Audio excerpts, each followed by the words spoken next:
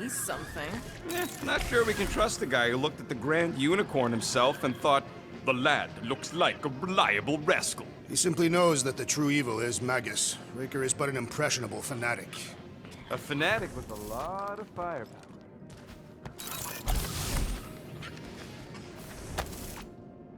All right. Let the waves of calm wash over me. And go. That's not how that works. Oh, Gamora! Since when do you meditate? I don't, but desperate times and all. Stuff's been a lot lately. I get it. How the help me do I get it? So, how do you use this then? In case, Rocket asks. Well, for one, it isn't about just holding it. You also need a comfortable place to sit, where you can be relaxed but alert, and focus on your breathing. Then you practice. A lot. Yeah, that sounds like a lot more work than I was hoping for. Anything worth doing tends to be. So how do you do it? Focus was something Thanos beat into us early on. But it wasn't until I lived with the priests of Palma that I realized how limited his version of meditation really was. I can't picture Thanos meditating. I kind of always figured he was this egotistical tyrant. Oh, he totally was. But Thanos also understood that aspects of meditation could be useful to his cause. Like focus? Focus, increasing overall awareness, pain tolerance. He came up with a series of exercises, fun little games for me and Nebula to compete in as part of our training. The worst part was, we didn't even know what he was doing until it was too late.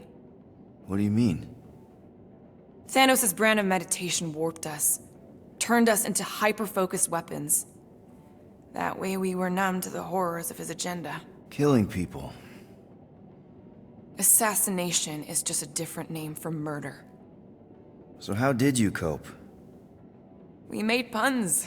Bad, stupid jokes to shout as we were killing people. The more terrible, the better. Here, I thought you just had a really lame sense of humor. Oh, I do. But it was the only way to survive.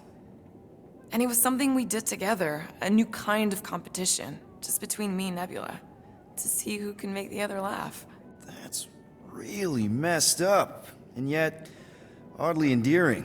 Yeah, well, even bad puns can only get you so far before your conscience catches up with you.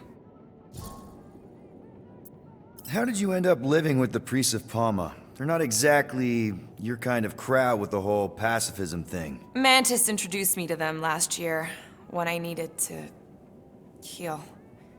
They helped me in ways I didn't think were possible. Helped? How? I guess you could say I was broken. Thanos, the war, working as an assassin, it'd take a toll on you. By the time Mantis brought me there, I was ready to give up. I mean, I was miserable. Convinced I was beyond redemption or worth. I truly believed I deserved to die. But you didn't. Die? No. There was this boy there. A Khan. The one you hugged in the village? A Khan was like me. Lost. His parents had died in an accident. He was combative, rebellious, the opposite of a pacifist.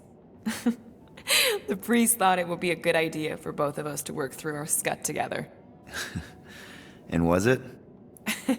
At first, not really. He was a pain in the butt. But over time, we came to rely on each other. Thanos had taught me how to meditate in the functional sense, but not in the spiritual sense. Like how to work through my trauma. Caring for a Khan, he forced me to reflect and process. And together, through mutual support, Khan and I were able to overcome our demons. Wow. I had no idea meditation could be so intense. Or beneficial? Well, yeah, that too. I guess I should give it a go sometime. Although I'm kind of scared of what I'll find. Who knows? You might surprise yourself. I know I did. Yeah, maybe.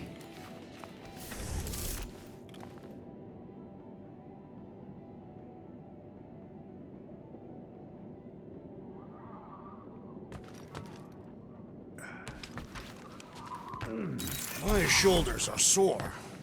Yeah, Mantis is heavier than she looks. How is she connected with my soreness? She rode your back all the way down the caves to Goldie's place? Really?